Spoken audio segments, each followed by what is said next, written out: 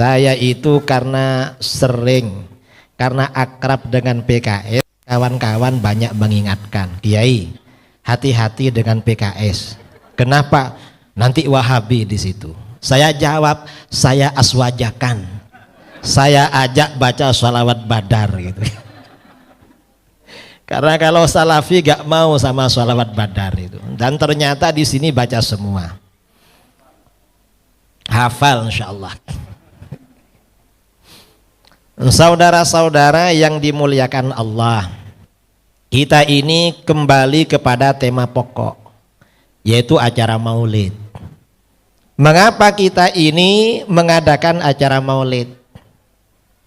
Kita mengadakan acara maulid karena mengagungkan Rasulullah. Alasannya itu. Mengapa Rasulullah diagungkan? Ya karena wajib memang. Mengagungkan Rasulullah itu wajib. Siapapun umat Islam wajib mengagungkan Rasulullah. Karena itu perintah dari Allah. Nah, untuk mengagungkan Rasulullah ini, karena mengagungkan itu harus tumbuh dari hati. Bahwa Rasulullah itu makhluk paling agung, makhluk paling mulia. Tentunya untuk menumbuhkan itu kita harus tahu tentang keagungan Rasulullah SAW. Rasulullah ini memang makhluk paling agung, makhluk paling mulia. Kalau di pondok-pondok pesantren, di pondok-pondok ya, atau di madrasah diniyah, biasanya diajarkan wa afdalul khalqi alal itlaqi nabiyuna famil anis syiqaqi. Makhluk yang paling utama secara mutlak adalah Nabi kita. Nabi ini bukan hanya Nabi paling mulia, bukan hanya para Rasul, tapi makhluk paling mulia. Makhluk paling mulia beliau. Dan para Nabi semuanya memang manusia paling utama, manusia pilihan, melebihi semesta alam. Di dalam Al-Quran Allah berfirman, wa kullam faddalna 'alal 'alamin. Masing-masing para nabi, para rasul kami jadikan lebih utama daripada semesta alam. Artinya lebih sempurna daripada siapapun. Terutama nabi kita. Nabi kita ini paling mulia, paling baik, paling sempurna, paling utama, paling agung. Karena nabi kita ini makhluk paling mulia, paling agung, maka apapun yang berkaitan dengan beliau selalu diberikan yang terbaik oleh Allah. Apapun yang berhubungan dengan beliau selalu yang terbaik. Contohnya apa? Rasulullah ini lahir dari keluarga Bani Hashim. Bani Hashim ini marga dari suku Quraisy. Quraisy ini cabang dari suku Kinanah. Kinanah ini cabang dari keluarga besar suku Bani Ismail.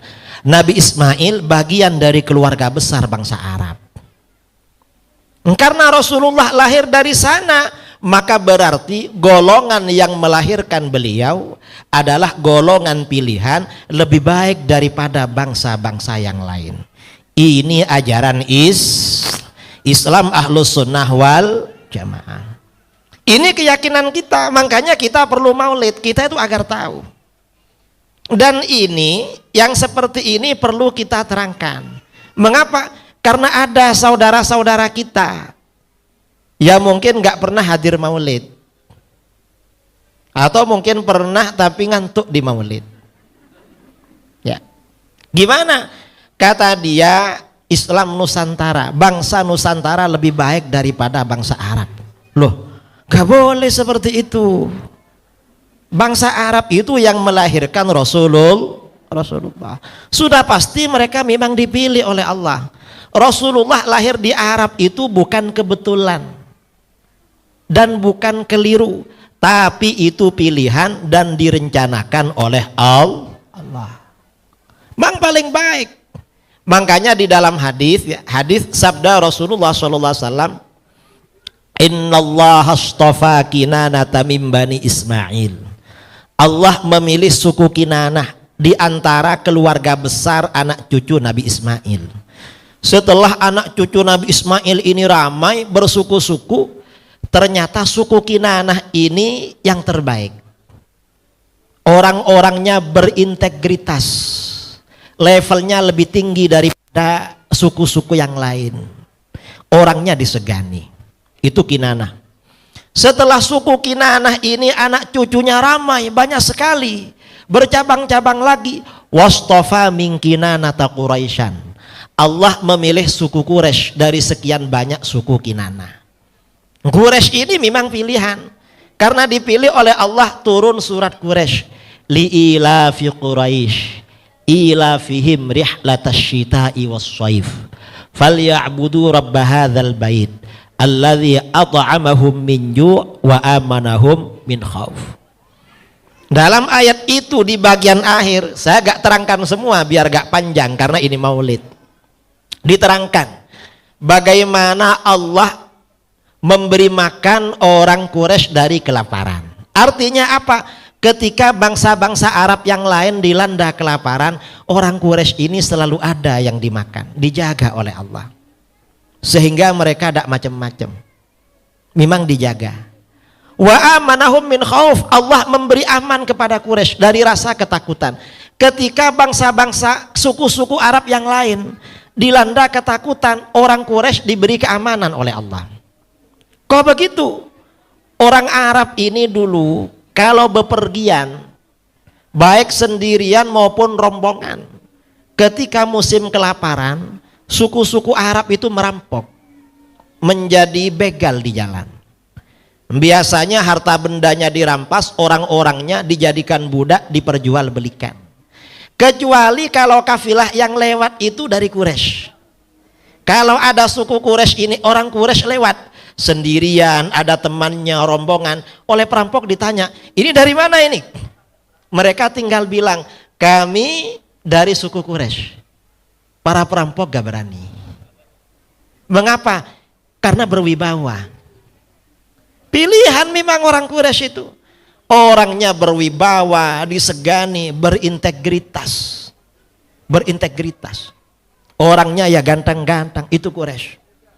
Setelah suku Quraisy ini banyak anak cucunya sudah bermarga-marga. Akhirnya apa? Wastofa min Quraisyin Bani Hashim. Allah memilih Bani Hashim di antara sekian banyak Quraisy. Keluarga Bani Hashim ini dipilih. Level bangsawan paling elit di Mekah itu keluarga Bani Hashim. Karenanya ketika Raja Abrahah membawa pasukan bergajah ke kota Mekah untuk menghancurkan Ka'bah, yang ditemui justru Abdul Muttalib, kakeknya Rasulullah SAW. Mengapa? Pemimpin paling wibawa di situ. Ini suku Bani Hashim. Kemudian wastafani min Bani Hashim. Allah memilih aku dari keluarga Bani Hashim. Fa ana khiyarun min khiyar. Aku adalah yang terpilih di antara sekian banyak pilihan. Aku yang terbaik di antara sekian banyak golongan yang baik. Artinya apa? Keluarga, marga, suku, bangsa yang melahirkan Rasulullah selalu oleh Allah dipilihkan golongan yang terbaik. Ini ajaran Islam. Karena ada sebagian saudara-saudara kita mungkin perlu hadir atau perlu menonton acara maulid kita agar ada pencerahan. Yang salah faham, gagal faham. Mengapa gagal faham? Ini menganggap suku yang melahirkan Rasulullah itu tidak baik. Gak boleh seperti itu. Karena ini bagian dari urusan agama. Ini keyakinan kita. Karenanya kita ini penting mengadakan acara maulid. Agar saudara-saudara kita, umat Islam ini tahu bahwa Rasulullah SAW adalah makhluk paling mulia, makhluk paling agung, makhluk paling sempurna. Gak sama dengan manusia biasa. Karenanya ketika kita wajib mencintai Rasulullah, cinta Rasulullah itu hukumnya wajib. Kalau cinta Rasulullah itu gak ada pilihan, pokoknya harus cinta. Tapi kalau cinta misalnya ada laki-laki belum menikah, mau cinta yang sama, boleh pilih itu. Ini cinta ini mau dijatuhkan pada siapa, boleh memilih. Yang cocok dicintai, yang enggak ya gak jadi. Tapi kalau sama Rasulullah harus mencintai. Karena Rasulullah ini wajib dicintai, maka bagaimana apa saja yang berkaitan dengan Rasulullah, baik pribadinya atau apapun, selalu diberikan yang terbaik, sehingga gak ada alasan bagi siapapun untuk tidak jatuh cinta kepada baginda Rasulullah Shallallahu Alaihi Wasallam. Ini tujuan maulid. Rasulullah itu dilihat dari aspek apapun selalu yang terbaik. Agamanya agama sempurna, karena di dalam Al-Quran al-yauma akmaltu lakum dinakum. Dan kesempurnaan agama ini oleh Allah tidak diberikan pada agama-agama yang lain. Hanya Islam yang disempurnakan oleh Allah. Karenanya semua persoalan di dalam agama, semua persoalan dalam kehidupan, semua aspek kehidupan selalu disentuh oleh hukum agama. Ada jawabannya, ada sentuhannya dari hukum agama. Ini Islam, gak sama dengan agama lain. Ketika orang-orang Yahudi berdialog dengan Sayyidina Umar tentang turunnya ayat al-yauma akmaltu lakum dinakum, orang Yahudi berkata, "Lau nazalat hadhil ayatu fina laja'alna yaumaha 'idan." Kesempurnaan agama ini turun pada kami Yahudi, kami jadikan hari turunnya sebagai hari raya. Mengapa? Karena sempurna. Agama kami gak sempurna, kata Yahudi. Hanya Islam agama yang sempurna. Kemudian juga bukan hanya agamanya, umatnya Rasulullah ini juga umat terbaik. Karena umatnya Rasulullah ini umat terbaik, umat Islam ini umat terbaik, maka siapapun, siapa saja, apapun golongannya, apapun partainya, apapun agamanya, berdampingan dengan umat Islam tidak perlu khawatir. Karena Islam ini memang rahmatan lil alamin, memang seperti itu. Bahkan rahmatan lil alamin ini tidak hanya kepada manusia, bahkan kepada semesta, seperti satwa, hewan-hewan yang ada di hutan, itu juga mendapat sentuhan rahmatan lil alamin. Ini Islam, saudara-saudara, gak sama dengan agama-agama yang lain. Nah kemudian ya, Rasulullah Shallallahu Alaihi Wasallam sebagai makhluk paling mulia, makhluk paling utama, orang menggelar maulid itu, merayakan maulid itu ada khasiatnya. Apa khasiatnya? Ada faedahnya. Kata Imam Ibnul Jauzi, diriwayatkan dalam kitab As-Sirah An-Nabawiyah, orang yang merayakan maulid itu khasiatnya ada dua. Apa? Yang pertama, innahu amanun fi dzalikal am. Selama setahun oleh Allah diberi keamanan, dijaga keamanannya. Amin Allahumma amin.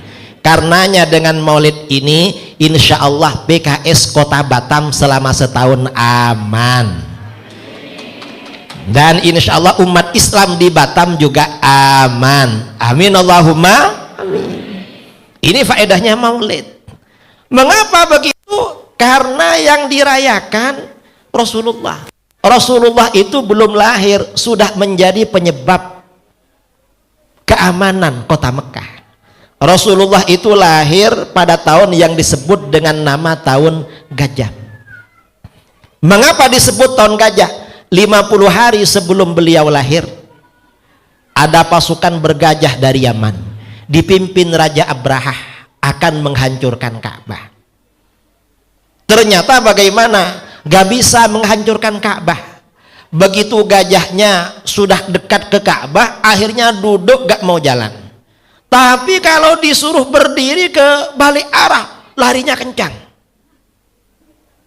Kencang larinya. Kalau disuruh mendorong Ka'bah, gak mau, malah duduk.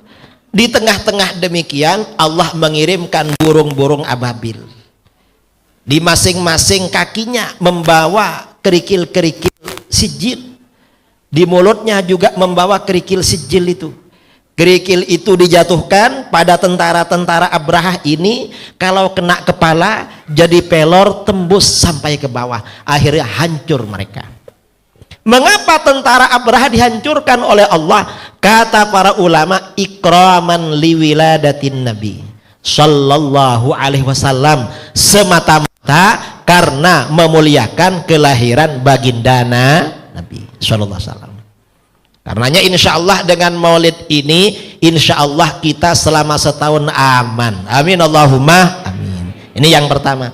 Yang kedua, orang yang menggelar maulid, yang mengadakan maulid, kata Ibnu Jauzi, apa khasiatnya? Wa busyra ajilah linailil hawaiji wal maram.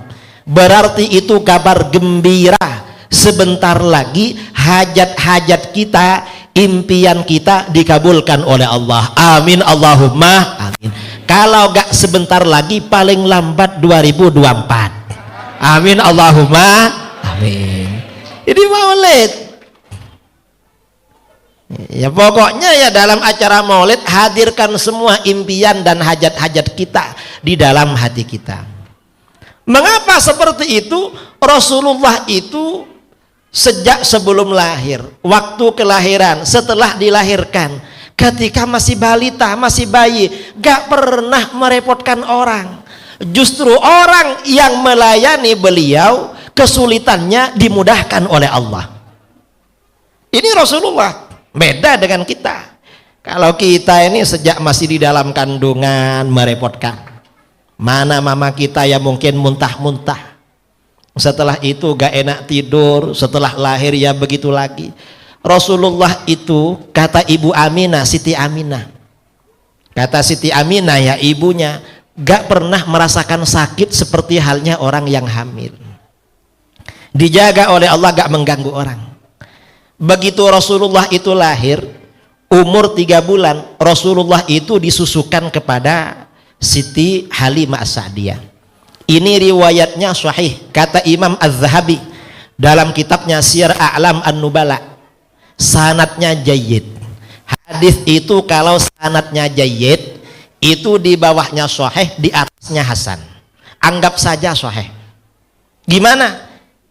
Orang Arab, orang Mekah, orang-orang di Mekah ini kan orang kota. Orang kota itu karena biasanya banyak uangnya. Sama dengan kota Batam. Karena Batam ini kota, biasanya banyak uangnya. Yang banyak, yang nggak banyak juga kadang-kadang itu. Orang Mekah ini kalau punya bayi gak disusui sendiri, disusukan pada orang-orang pedalaman. Mengapa? Tujuannya 3. Pertama, agar tutur katanya lembut, halus. Karena orang kota ini terkontaminasi pendatang-pendatang dari daerah luar, bahasanya kabur. Kalau orang pedalaman lembut-lembut. Itu yang pertama. Yang kedua, tujuannya agar fisiknya, karena orang pedalaman lebih kuat daripada orang kota. Orang kota aktivitasnya dekat-dekat. Kalau orang pedalaman jauh-jauh jalan kaki. Itu yang kedua. Yang ketiga, agar istri itu fokus sama suami, gak diganggu oleh bayinya. Nanti kalau sudah umur 2 tahun diambil lagi itu. Kata para ulama begitu, disusukan memang. Jadi anaknya nyusu cukup 3 bulan. Ketika Rasulullah berusia 3 bulan, Ibu Halimah bersama suaminya dan rombongan banyak suami istri dari kampungnya datang ke kota Mekah. Tujuannya apa? Mencari bayi-bayi yang akan disusukan pada mereka. Begitu bayi Rasulullah ini ditawarkan, gak ada yang mau, saudara.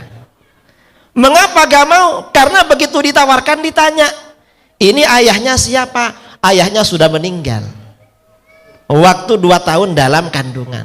Loh terus kalau ayahnya meninggal, yang bayar kita siapa? Oh jangan khawatir, kakeknya masih ada. Begitu kakeknya nongol, ternyata kakeknya sudah tua.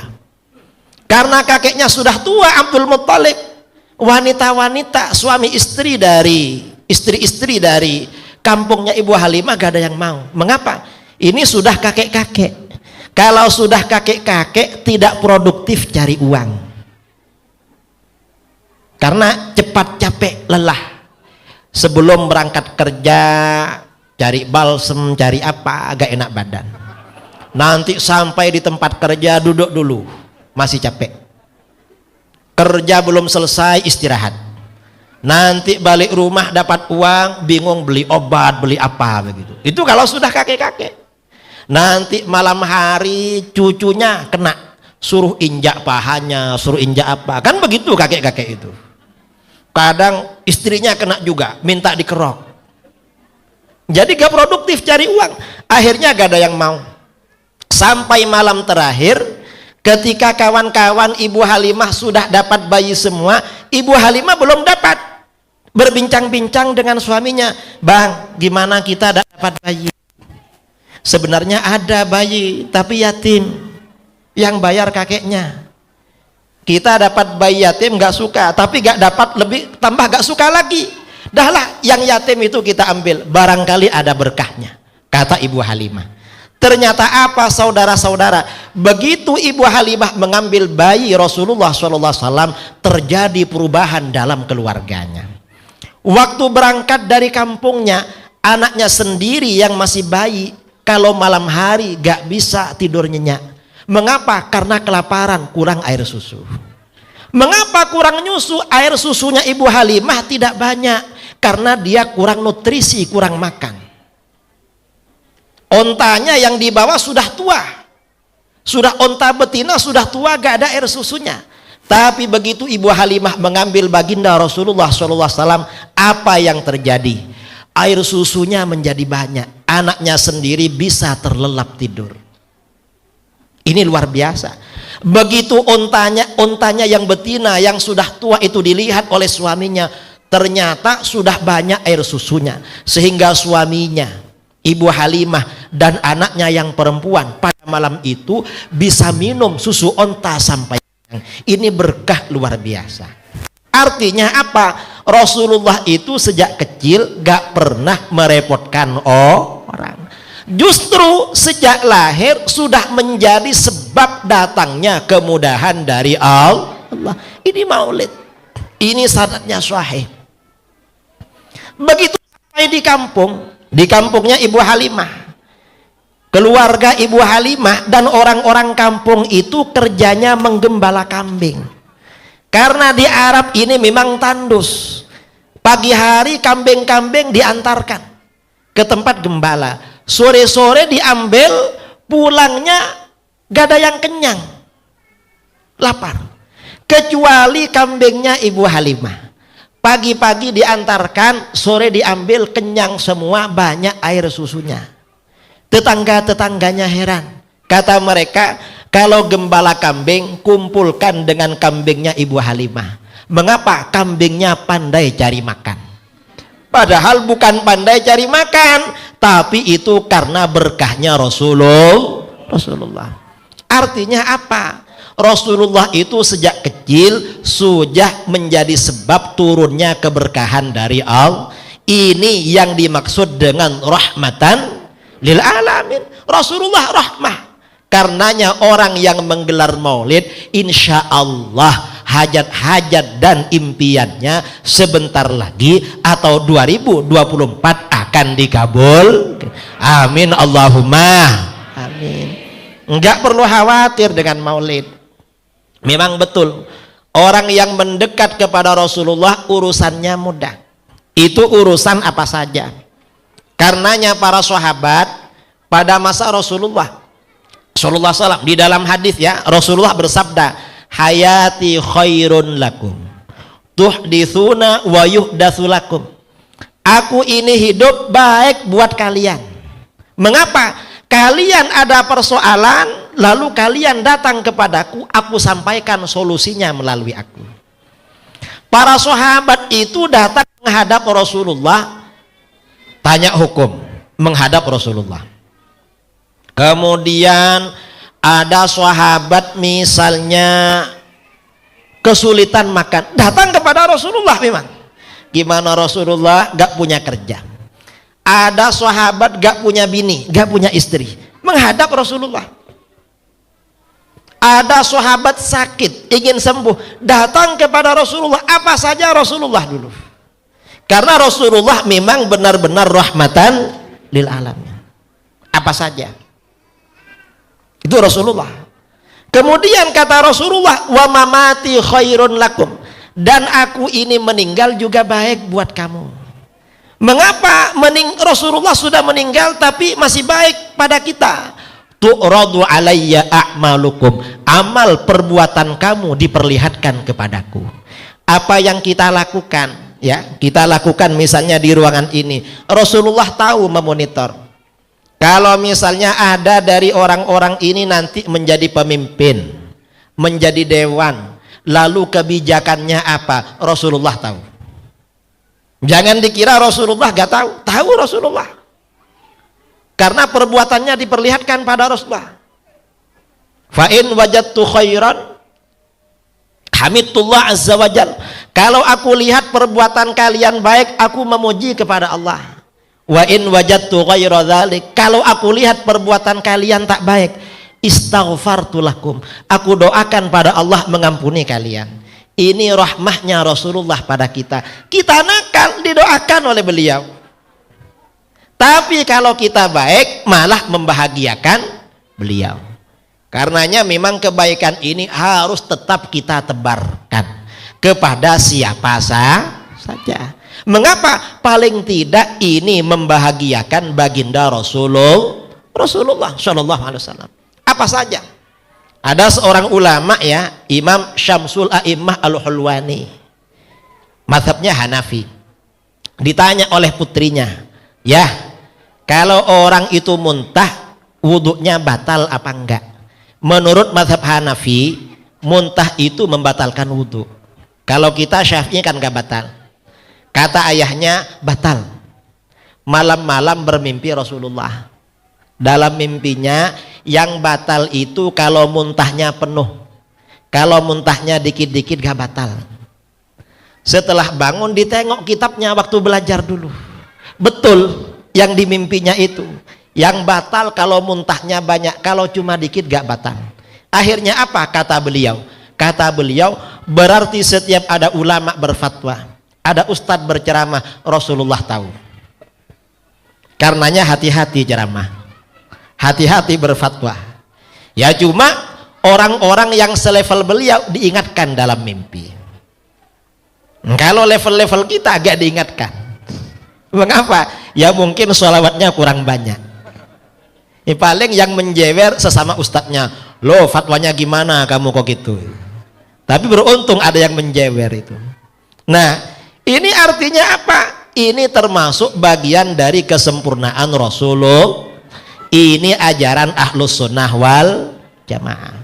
Karenanya kita ini menggelar maulid, insya Allah hajat kita dimudahkan oleh Allah.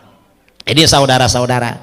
Kemudian juga yang perlu kita tahu berkaitan dengan peringatan maulid pada pagi kali ini, ya, di DPD PKS Kota Batam ini, yang juga perlu kita tahu, Rasulullah ini kan makhluk paling mulia, dan para nabi semuanya makhluk paling mulia, paling sempurna. Kita juga perlu menanamkan kepada anak-anak kita. Apa yang kita tanamkan? Bahwa para nabi ini memang orang-orang sempurna. Karenanya kata para ulama, para nabi itu semuanya akmalun nas, manusia paling sempurna. Apanya yang sempurna? Kholqan wa khuluqan, baik fisik dan penampilan maupun dari segi mental dan budi pekerti. Itu para nabi. Rasulullah itu kalau di dalam akhlak jangan dikhawatirkan. Gak ada nabi ini akhlaknya kurang baik. Kita ini kalau punya pemimpin, punya seorang guru, akhlaknya baik, lalu orang-orang senang dan segan pada beliau, dibandingkan akhlaknya para nabi gak ada apa-apanya. Apa diantara contoh, ya, kebaikan akhlak Rasulullah SAW? Rasulullah itu ketika yang dihadapi itu kesulitan. Kalau yang sulit-sulit,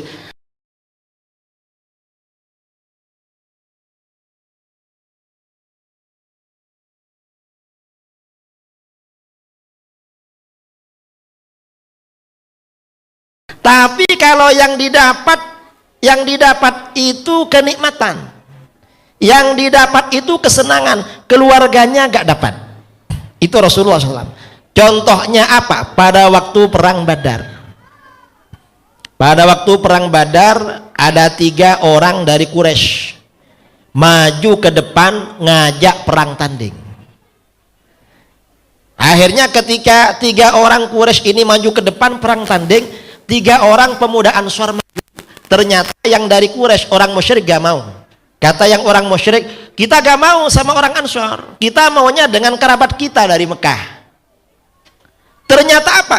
Yang disuruh maju oleh Rasulullah pamannya Hamzah, lalu menantunya sepupunya Ali bin Abi Thalib, kemudian kerabat dekatnya Abu Sufyan bin Al-Harith. Jadi 3 orang ini keluarga dekatnya. Akhirnya setelah perang tanding ini skornya 1-3, karena 3 orang dari Quraisy ini meninggal semua, kalah, sementara Hamzah dan Ali bin Abi Thalib selamat, satunya meninggal. Ini ketika kesulitan yang dihadapi, keluarganya dapat duluan. Tapi ketika yang diterima oleh Rasulullah itu kenikmatan, keluarganya gak dapat. Rasulullah pernah dapat kiriman budak hasil peperangan. Banyak budak dikirim ke kota Madinah. Anaknya sendiri, putrinya Siti Fatimah, ini sedang kesulitan. Karena Siti Fatimah ini punya anak Sayyidina Hasan dan Sayyidina Husain, itu jaraknya dekat. Kata orang Jawa sundul. Apa sundul itu? Jadi anak yang pertama masih nyusu, sudah isi lagi. Raja Ali, lalu Rasulullah bersabda, kamu berdua minta budak ya? Enggak, saya kasih. Budak itu mau saya jual untuk konsumsi para sahabat Ahlus Suffah yang jumlahnya kira-kira 500 orang. Para sahabat yang enggak punya keluarga, enggak punya kerja, dulu tinggal di serambi Masjid Nabawi. Yang nanggung ekonominya, kebutuhan sehari-hari Rasulullah. Itu dijual untuk kebutuhan mereka. Dan kamu saya kasih yang lebih baik. Apa yang lebih baik? Kamu sebelum tidur baca subhanallah 33 kali, baca alhamdulillah 33, baca Allahu Akbar 34, semuanya 100. Itu lebih baik daripada yang kamu minta. Artinya apa? Teladan baginda Rasulullah SAW sebagai pemimpin. Kalau yang diterima itu adalah kenikmatan, keluarganya tidak dapat. Tetapi kalau yang diterima adalah kesulitan, keluarganya dapat bagian duluan. Ini teladan saudara-saudara. Kalau kita gak mampu seperti itu, paling dapat juga gitu. Sama-sama dapat lah. Gak sama dengan Rasulullah, gak sama. Ini ketinggian akhlak baginda Rasulullah SAW. Kemudian juga para nabi, para rasul ini kan manusia paling sempurna. Yang sempurna bukan cuma akhlaknya, tapi apa juga? Fisik dan penampilan. Para nabi fisik penampilannya sempurna semua. Contoh kesempurnaan fisik. Para nabi ini fisiknya kuat-kuat, gak ada yang lemah. Para nabi ini fisiknya, kekuatannya 40 kali orang biasa. 40 kali. Gak sama dengan orang biasa. Tapi walaupun 40 kali gak pernah dipakai mukul orang. Mengapa? Karena gak boleh memang. Gak boleh. Rasulullah selama di Mekah dimaki-maki, diganggu, dihujat, gak melawan. Mengapa gak melawan? Bukan karena takut, tapi karena memang perintah Allah. Rasulullah hijrah dari Mekah ke Madinah, Rasulullah gak takut. Kita gak boleh berkeyakinan, loh Rasulullah takut pindah ke Madinah. Gak boleh. Tetapi karena perintah Allah. Kalau fisiknya kuat-kuat, ini secara kekuatan. Nah, kesempurnaan fisik para nabi bukan cuma kekuatan, tapi ketampanan. Para nabi ini semuanya ganteng-ganteng, tampan-tampan. Gak ada yang kalah tampan dengan orang biasa. Karenanya kata para ulama, para nabi ini harus ajmalun nas, orang paling ganteng, paling tampan. Mengapa? Kalau kalah tampan dicela sama orang. Lebih ganteng saya masih. Pasti begitu kata orang. Para nabi gak ada seperti itu. Karenanya Rasulullah lahir di tanah Arab. Lahir dari bangsa A, gak lahir dari bangsa Nusantara. Karena kalau lahir dari Nusantara ya kalah Kalah saing. Nabi gak boleh kalah saing. Dan Rasulullah itu keluarganya memang ganteng-ganteng. Ayahnya Abdullah, saudaranya 10 ganteng semua. Dan Abdullah ini paling ganteng, paling pendiam. Karena Abdullah ini paling ganteng, paling pendiam, diam-diam gadis-gadis kota Mekah mengimpikan beliau. Karenanya begitu tersiar kabar Abdullah menikah dengan Siti Aminah, di Mekah ini heboh. Apa yang heboh? Sekitar 30 gadis kota Mekah meninggal dunia karena patah hati. Karena yang menikah orang ganteng. Ya kalau gak ganteng ya gak apa-apa, gak ada yang patah hati, cari lagi gitu. Memang seperti itu, dalam kitab-kitab sirah diceritakan seperti itu. Memang dijaga oleh Allah, keluarganya ya ganteng-ganteng, sukunya juga ganteng-ganteng. Makanya orang Arab ini lebih bagus daripada orang lain memang. Saya kira saudara-saudara masalah ini gak perlu pakai dalil, pakai selera itu bisa. Saudara misalnya ditawari suruh pilih dulu sebelum nikah, satunya wajah Indo, satunya ke Arab-Arapan, kira-kira pilih yang mana? Pilih Arab-Arapan.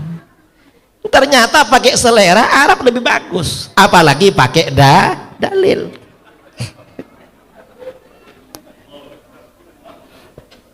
Memang Rasulullah lahir di Arab itu gak keliru, bukan kebetulan, tapi itu memang pilihan. Makanya di Nusantara ini belum ada riwayat lahir seorang nabi, nggak ada. Ada yang ngomong, loh banyak nabi-nabi lahir di Nusantara. Apa buktinya? Di Jogja ada kabupaten namanya Sulaiman, itu tempatnya Nabi Sulaiman. Wah, ya gak betul itu, entah Sulaiman siapa itu. Nabi Sulaiman itu lahirnya di Palestina, putranya Nabi Daud. Enggak lahir di sini, lahirnya di sana. Ya gak apa-apalah kita ini, walaupun yang penting, walaupun kita ini memang bukan dilahirkan para nabi di sini, tapi kita umatnya Nabi yang paling mulia. Kita ini walaupun begini, insya Allah karena Rasulullah ini Nabi paling mulia, umatnya juga umat terbaik. Karenanya di dalam Al-Quran, kuntum khairu ummatin ukhrijat linnas. Umat Islam ini umat terbaik. Dan umat yang pertama kali masuk surga adalah umatnya Rasulullah. Karenanya misi kita ini berkumpul termasuk di PKS. PKS ini sebenarnya sarana apa? Untuk menebarkan Islam rahmatan lil alamin. Tujuannya itu. Kita ini tentunya juga untuk menanamkan dan menebarkan akhlak-akhlak Islami. Itu tujuannya. PKS, jangan sampai salah tujuan. PKS ini hanya wadah, hanya wasilah. Tujuan utamanya adalah mencapai ridha ilahi dengan mengabdi melalui PKS. Itu aja, kita gak perlu repot-repot. Insya Allah kalau niatan kita ini lurus, tujuan visi misi juga baik, apalagi partai PKS ini namanya Partai Keadilan. Keadilan ini memang memang tonggak utama kekuasaan suatu negara. Negara ini kata para ulama, negara ini tathbutu bil adalah, ad-daulah tathbutu bil adalah.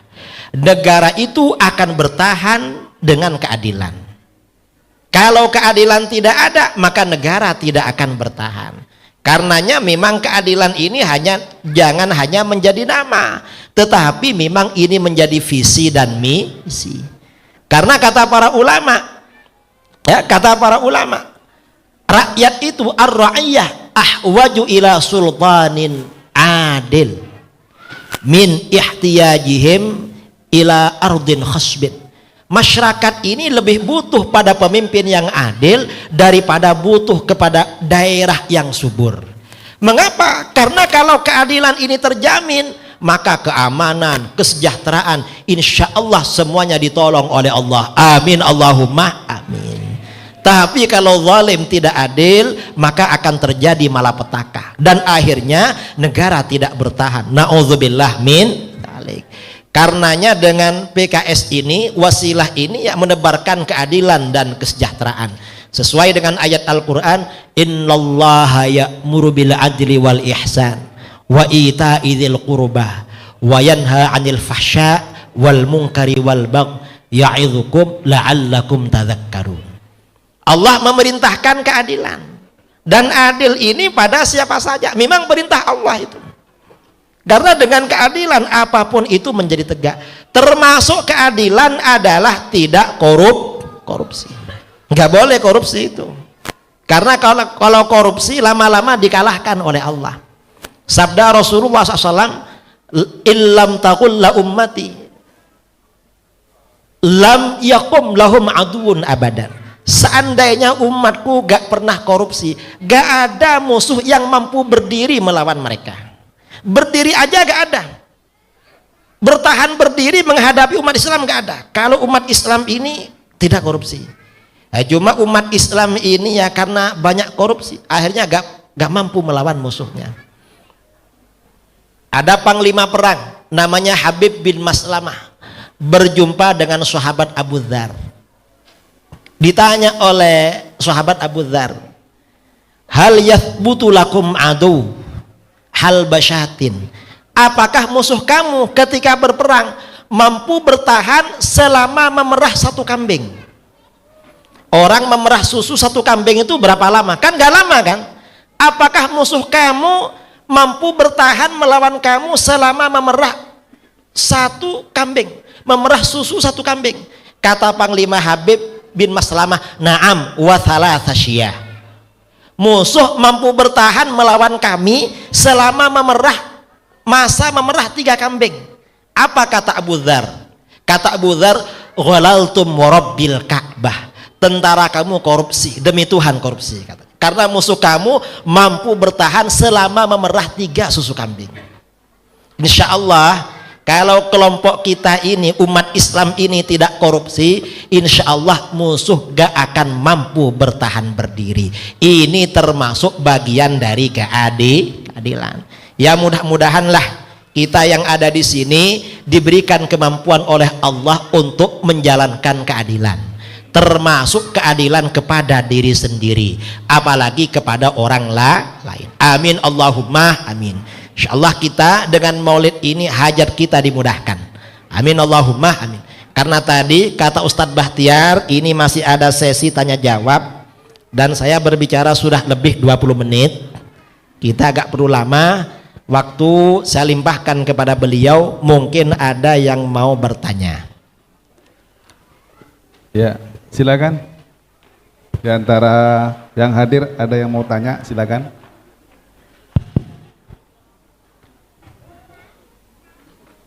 Dari ibu-ibu? Oh ya, silakan. Pak Dwi. Ada lagi? Ya. Silakan, Pak Dwi.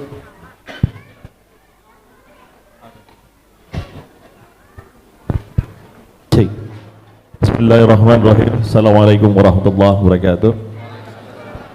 Yang sama-sama kita muliakan Kiai Haji Muhammad Idris Ramli, Ketua DPW, beserta jajaran. Pertanyaannya begini Kiai, dari Nabi Adam sampai dengan Nabi Muhammad SAW, kita penggal sampai dengan Nabi Isa. Kenapa nabi-nabi terdahulu apabila kemudian umatnya itu melakukan kejahilan, maka dia bermohon kepada Allah kemudian untuk dihabiskan atau dibinasakan.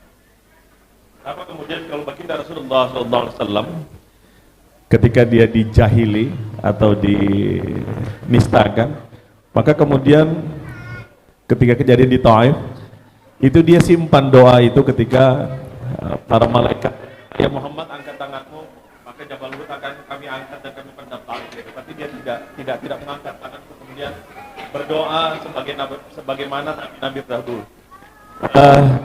Bisa jelaskan kenapa kemudian perbedaan ini terjadi antara terdahulu dengan Nabi Sallallahu Alaihi Wasallam? Terima kasih. Assalamualaikum warahmatullahi wabarakatuh.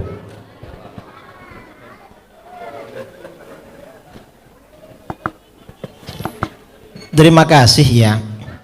Para nabi-nabi terdahulu itu usianya panjang-panjang dan dakwahnya lebih lama daripada Rasulullah SAW. Karenanya memang banyak menghadapi ujian. Setelah tidak mampu menghadapi, memang seperti Nabi Nuh mendoakan agar orang kafir dimusnahkan semuanya. Seperti Nabi Musa juga begitu.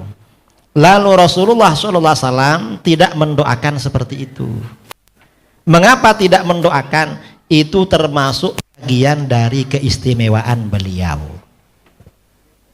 Karenanya beliau adalah Nabi dan Rasul paling mulia, paling utama. Karena beliau visi misinya jauh ke depan itu. Jadi begitu.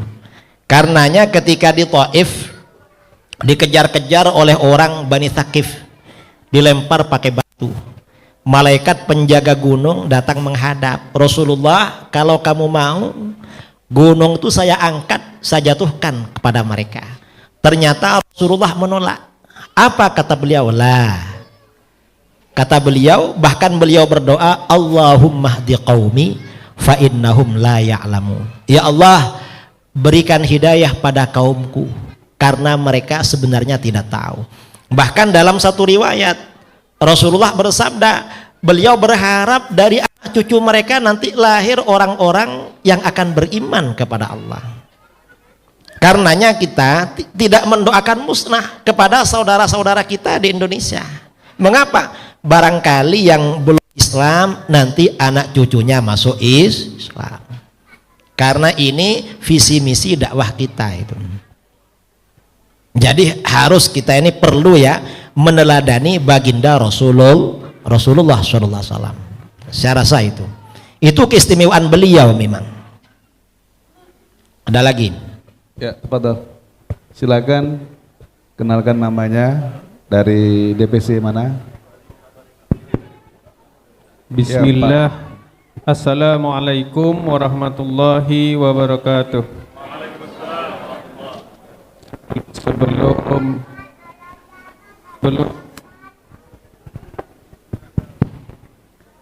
Sebelum memperkenalkan diri, izin Pak Yai boleh berpantun. Buah maja berasa pahit diambil dari daerah yang lembab. Anggota PKS bertanya tentang maulid. Insya Allah Pak Kiai Idrus Romli siap menjawab.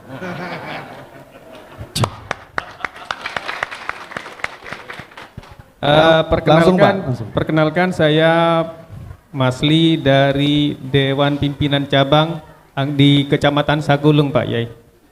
Ya, kebetulan juga saya bisa berbahasa nanti dengan Pak Kiai bahasa Madura. Pertanyaannya Pak Kiai, di dalam kitab, cuma kitabnya, kalau bacanya nggak bisa Pak Kiai. Dalam kitab Iqtida'u As-Siratal Mustaqim Pak Kiai, di situ kalau di medsos itu kalangan aswaja dengan kalangan sebelah katanya itu nggak selesai-selesai, padahal kitabnya sama Pak Kiai, yaitu dalam kitab Iqtida'u As-Siratal Mustaqim, cuma di kalangan aswaja katanya dapat dari terbitan Darul Fikr. Nah, sementara kalangan sebelah dari Maktabah Arus. Nah, sementara saya tak bisa Pak Kiai menilai menurut pandangan Pak Kiai tentang pendapat Ibnu Taimiyah tentang Maulid Nabi. Di satu sisi mendapatkan pahala yang sangat besar, takdimun al-maulid artinya mengagungkan maulid, tapi di satu sisi lain membid'ahkan dan lain sebagainya. Bahkan ada dari Majmu' Fatawa, artinya seakan-akan beliau ambigu Pak Kiai, di satu sisi boleh, satu sisi tidak boleh. Ini membingungkan Pak Kiai. kalau menurut Pak Kiai itu bagaimana menurut pandangan Pak Kiai? Terima kasih Pak Kiai. Assalamualaikum warahmatullahi wabarakatuh. Dalam kitab Iqtida'us Shiratil Mustaqim dikatakan fata'zimul maulid wattikhadhuhu mausiman qad yaf'aluhu ba'dun nas wa yakunu lahu fihi ajrun 'azim li husni qasdihi wa ta'zimihi li Rasulillah sallallahu alaihi wasallam. Mengagungkan maulid dan menjadikannya sebagai musiman, tradisi tiap tahun, kadang dilakukan oleh sebagian orang, pahalanya agung. Ini pahalanya bukan kecil maulid ini, tetapi pahalanya agung. Mengapa pahalanya agung? Karena tujuannya baik. Orang yang melakukan maulid pasti tujuannya baik, gak ada tujuannya nakal itu. Kemudian selain karena tujuannya baik, juga karena mengagungkan Rasulullah. Saya setuju dengan itu. Karena orang mengadakan maulid tujuannya baik. Apa tujuannya? Yaitu cinta Rasul. Yang kedua juga mengagungkan Rasulullah. Ya sudah, memang maulid ini gak ada tujuannya. Tujuannya adalah untuk mengagungkan Rasulullah. Karenanya pahalanya agung.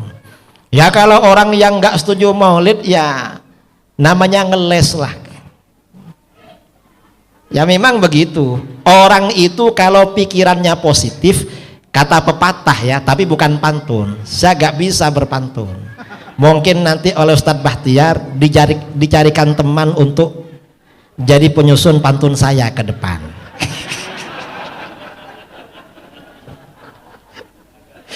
Cari tukang pantun Ustadz ya. Perlu itu. Saya lupa tadi sebelum berangkat gak minta sama kawan-kawan buatkan pantun itu. Hanya saya sebingung dari tadi, makanya saya ajak baca sholawat badar itu. Biar gak kalah itu.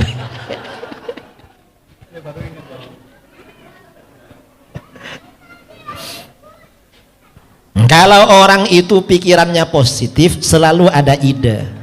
Tapi kalau orang pikirannya negatif, selalu ada alasan itu. Kita ini kan orang positif saja, selalu positif. Makanya selalu punya pendapat-pendapat baru itu. Insya Allah kita tidak akan pernah kering, karena kita ini pikirannya positif. Amin Allahumma amin. Pak Bari. Setelah ini ibu-ibu ya, nanya. Bismillahirrahmanirrahim. Assalamualaikum warahmatullahi wabarakatuh, Pak Kiai. Assalamualaikum warahmatullahi wabarakatuh. Perkenalkan, nama saya Miftahul Bari dari DPC Batu Ampar. Saya ingin menanyakan, kalau kita memperhatikan banyak orang berkumpul, orang berserikat, orang berjamaah untuk mencapai sebuah tujuan yang mulia. Namun dalam perjalanannya hampir belum sampai tujuan sudah ada masalah, yaitu perpecahan gitu.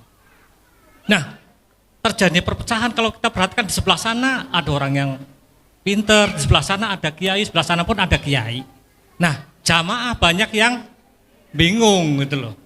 Nah, ini mohon petunjuk, saran kenapa hal itu terjadi, bagaimana cara mencegahnya, agar kita sebagai rakyat biasa umumnya itu tidak jadi salah memilih, dan apakah mungkin di antara kedua belah pihak yang terjadi itu sama-sama benar begitu loh. Ini kami pertanyakan. Mohon pencerahan Pak Kiai. Assalamualaikum warahmatullahi wabarakatuh. Assalamualaikum warahmatullahi wabarakatuh. Memang begitu ya. Di mana-mana, di organisasi, di perserikatan, di perkumpulan kadang terjadi perpecahan. Kalau sudah terjadi seperti itu, maka kita perlu introspeksi diri. Apa sebenarnya tujuan kita berkumpul itu? Kalau kita ini tujuannya ikhlas, insya Allah tidak akan terjadi perpecahan. Jadi seperti itu. Kemudian dalam perkumpulan itu harus jelas rujukannya. Kalau kita ini rujukannya jelas, kita ini kan muslim, tentunya rujukannya adalah ajaran Islam. Artinya ya untuk menebarkan ajaran-ajaran Islam. Kalau tujuannya, kalau rujukannya juga ajaran Islam, insya Allah ya kita tidak mudah untuk dipecah belah itu. Insya Allah begitu. Yang penting kita ini tujuannya ikhlas. Kalau ikhlas, insya Allah kita ini tetap bertahan dan semakin kuat. Itu harapan kita. Dan saya ini yang suka dengan Ustadz Bahtiar. Walaupun beliau ini kelasnya kelas DPW, ketua DPW, ya modelnya ya mobilnya masih eras, kelas-kelas Avanza itu mobilnya itu. Artinya kan sederhana itu.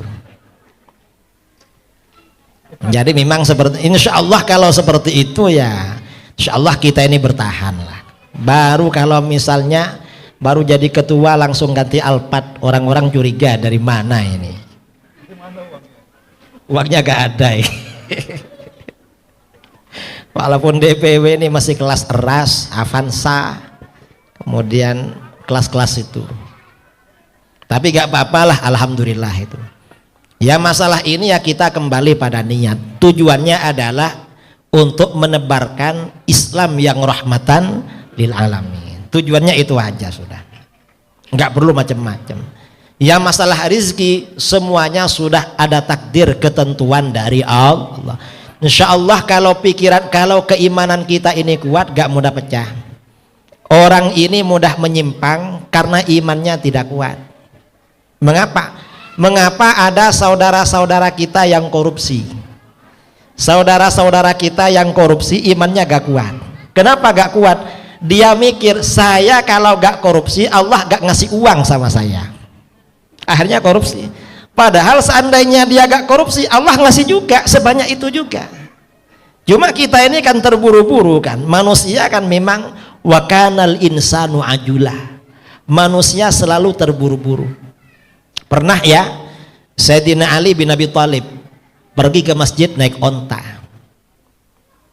Sampai di depan masjid mau sholat, ontanya dititipkan sama anak muda. Tolong pegang, saya mau sholat. Sayyidina Ali gak bawa uang. Sayyidina Ali dalam hatinya ada niatan, nanti anak muda itu saya kasih tamparnya, saya kasih tampar kendalinya, tali kendalinya. Sayyidina Ali sholat. Selesai sholat, keluar dari masjid, ternyata anak muda yang jaga tadi sudah gak ada. Mana yang jagain? Gak ada. Setelah lihat leher ontanya, talinya juga gak ada. Loh, talinya kemana? Gak ada juga. Sayyidina Ali pulang bawa ontanya. Di perjalanan ternyata Sayyidina Ali melihat anak muda tadi di depan kedai sedang menjual tali. Kata beliau, loh itu tali kan memang mau saya kasihkan sama dia, cuma dia gak sabar. Karena gak sabar terburu-buru, akhirnya rizkinya diperoleh dari jalan yang haram. Coba dia sabar kan dapat itu juga, cuma jalannya diperoleh dari jalan yang halal. Artinya apa? Antara halal dan haram itu batasnya tipis, yaitu sabar. Dan orang bisa sabar ini apabila imannya kuat, iman kepada takdir Allah. Makanya di dalam Al-Quran, wa may yattaqillaha yaj'al lahu makhraja wa yarzuqhu min haitsu la yahtasib. Barang siapa yang bertakwa kepada Allah, maka Allah akan menjadikan jalan keluar bagi dia dari setiap kesulitan yang dihadapi. Dan Allah akan memberinya rizki dari jalan yang tak disangka-sangka. Artinya apa? Orang kalau bertakwa, rizkinya itu tidak melelahkan dari jalan yang tak disangka-sangka. Kalau tidak bertakwa, lelah, capek, rizkinya dari jalan yang haram. Nanti ya kalau ketemu nasibnya lagi apes, ditangkap oleh KPK. Karena bukan rizkinya, akhirnya diambil lagi. Bukan rizkinya, malu dia. Tapi orang bertakwa, rizkinya didapat dari yang halal dan barokah, dari jalan yang tak disangka-sangka. Itu bertakwa. Dan ini perlu ditanamkan pada kita. Karenanya kita berjuang dimanapun, menjadi pengurus masjid, aktif di partai politik, aktif di organisasi keagamaan. Jangan lupa harus landasnya adalah keimanan kepada Allah. Kalau landasannya seperti itu, insya Allah kita aman. Dan perkumpulan perserikatan yang kita bawa insya Allah akan bertahan dengan baik. Tujuannya seperti, saya kira seperti itu. Wallahu a'lam. Ya, penanya terakhir dari ibu-ibu karena Kiai harus ke Masjid Sultan untuk tabligh akbar. Silakan ibu-ibu. Ada? Kalau nggak ada ibu-ibu dari bawah Pak. Ya Pak Raden, Pak Manajer. Bismillahirrahmanirrahim. Assalamualaikum warahmatullahi wabarakatuh. Yang kami muliakan Kiai Haji Idrus Ramli, alhamdulillah bisa bersilaturahim. Saya nama Raden Hari Cahyono dari DPC Batam Kota. Benar kan? Kemana ketua DPC? Pak Kiai, kami sebagian ini mendapatkan amanah yang berat menjadi anggota DPRD, ada yang dari provinsi dan juga ada di Kota Batam. Tentu saja materi-materi yang disampaikan oleh Pak Kiai memang itu sebuah hal yang harus kita jaga.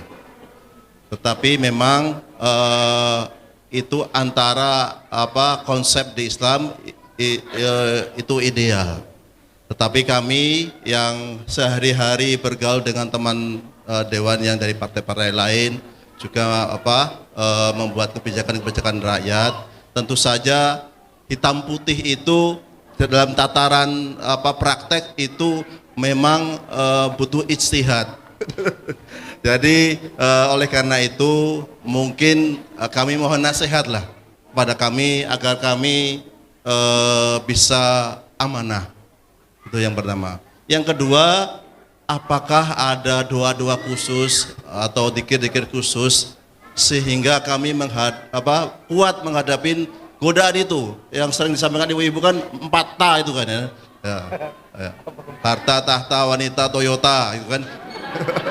Jadi itu saja supaya kami anggota Dewan PKS itu tetap amanah dan kuat memegang amanah.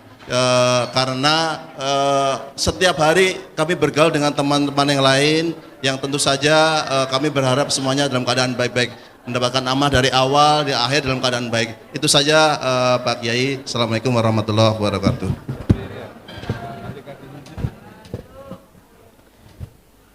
Makasih ya. Yang jelas kalau menjadi pemimpin apapun di dalam Islam itu kembali kepada kaidah di dalam syariah, tasarruful imam 'ala ar-ra'iyah manutun bil maslahah. Kebijakan pemimpin, apakah itu kepala daerah atau kebijakan DPR untuk rakyat, itu landasannya harus kepentingan rakyat. Artinya kesejahteraan rakyat, harus seperti itu. Tujuannya seperti itu memang. Gak boleh kalau untuk pribadi, gak boleh. Kalau pribadi ya untuk pribadi. Tapi kalau orang banyak, untuk orang banyak. Kalau wiritannya agar diberi kekuatan, insya Allah banyak baca sholawat. Kalau kita ini banyak baca sholawat, insya Allah diberi kekuatan oleh Allah Subhanahu wa Ta'ala. Ya sholawat apa sajalah, banyak dibaca, baca Quran, baca sholawat. Sholawat Badar. Sholawat Badar itu perlu dibaca kalau kumpul-kumpul. Mengapa? Agar menang. Insya Allah kalau banyak sholawat Badarnya, orang lain segan pada kita, senang dan segan pada kita. Amin Allahumma amin. Saya kira seperti itu. Kalau lain-lain saya gak tahu. Saya ini cuma hadir di acara-acara seperti ini aja.